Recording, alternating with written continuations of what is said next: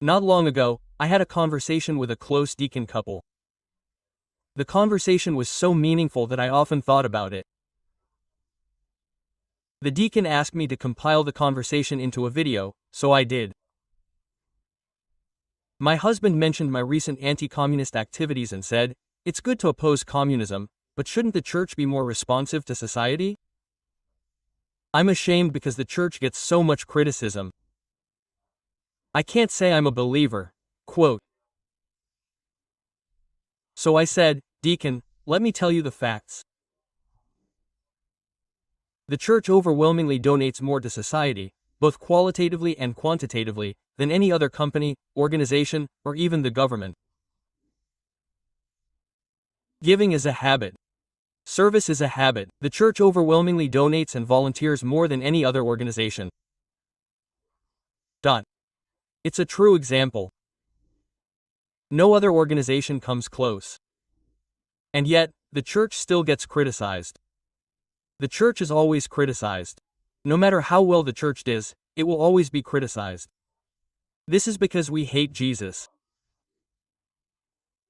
The Bible also says that we, the church, are hated because people hate the Jesus we believe in. So, we should never think about receiving praise from others in the first place.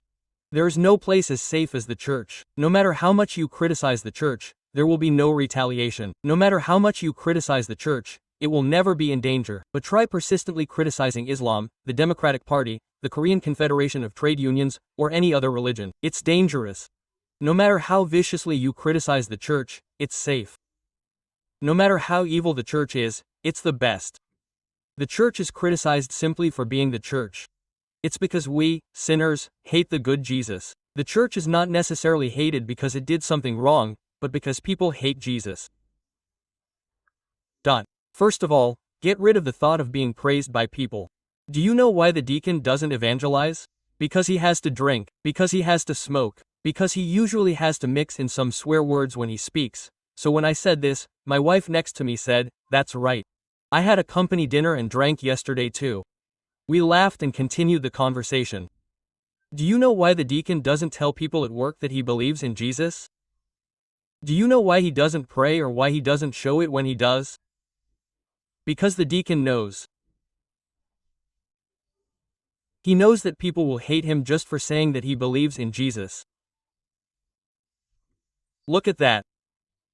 No matter how well I do, people hate me for believing in Jesus. Because of Jesus, we have to be sincere. We have to be honest. We have to contribute to the company. We're doing well, but if they kick us out because we believe in Jesus or because we're evangelizing, we'll be kicked out. So, we shouldn't seek to be loved by others. We should love. Essential love for our neighbors isn't about giving money and sympathy, but about sharing the gospel. Those who share the gospel always have an attitude of giving money and sympathy. Essential love for our neighbors is about bearing witness to Jesus, the Creator. It's about making known the love of the cross and the power of the resurrection that Jesus performed to create us and save us sinners. Whether we believe or not, it's about testifying that Jesus is our Lord. And it's about bearing witness with our lives. We shouldn't teach our children to live just enough to avoid being criticized. Nothing else matters except believing in Jesus.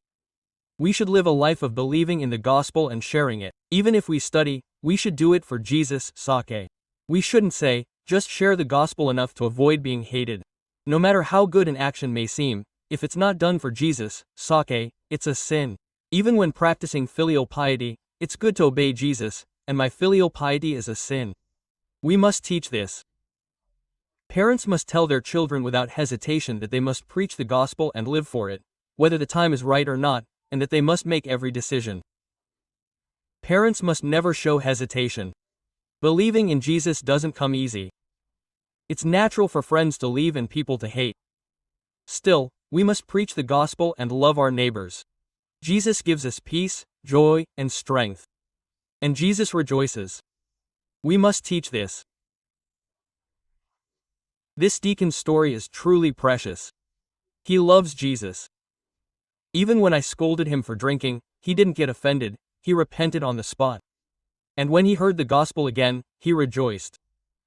That couple and my wife and I, despite our shortcomings, talked about Jesus and grew to love each other more deeply in him.